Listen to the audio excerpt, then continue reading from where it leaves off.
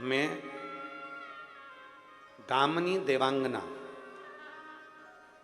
पति श्री दिनेश कुमार देवांगन,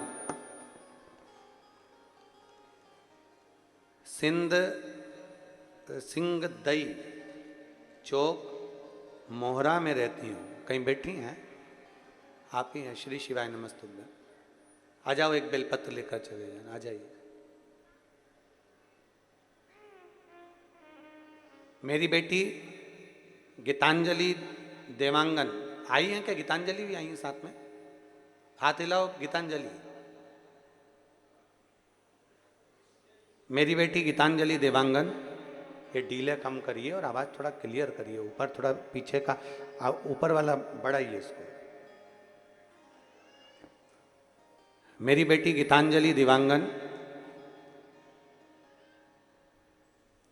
जिसको एक चर्म का रोग हो गया था, जिसके कारणवश इसके बाल गुच्छे की गुच्छे, पूरे के पूरे बाल इसके निकलते चले गए।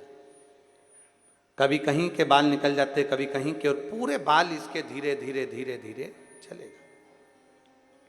डॉक्टरों को दिखाया, डॉक्टरों ने इलाज करा, पर उससे भी इसके बाल नहीं आए। इसके बाल 2 दिन 3 दिन निकलते और पूरे की पूरा गुच्छा की गुच्छा बाल अपने आप चले जाते, क्योंकि इसको एक चर्म रोग हो गया। डॉक्टर ने कहा इसका इलाज हमारे पास में नहीं। तब हमने शिव महापुराण की कथा सुनना प्रारंभ करी टीवी पर। सीहोर गए, वहां से रुद्राक्ष लेकर आए।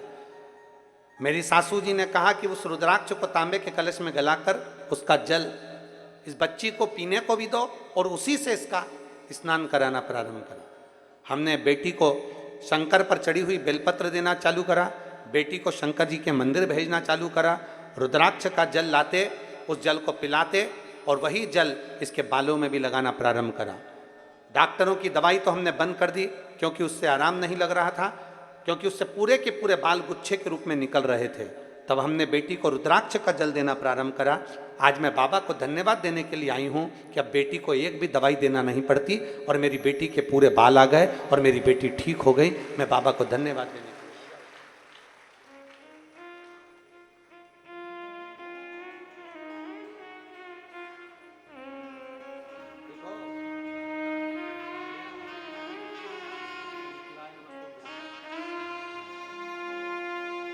एक विश्वास जब हमारे भीतर जागृत होगा, एक भरोसा हमारे भीतर जागृत होगा, तो शिव तत्व क्यों ना मिलेगा। शिव तत्व कैसे प्राप्त नहीं होगा?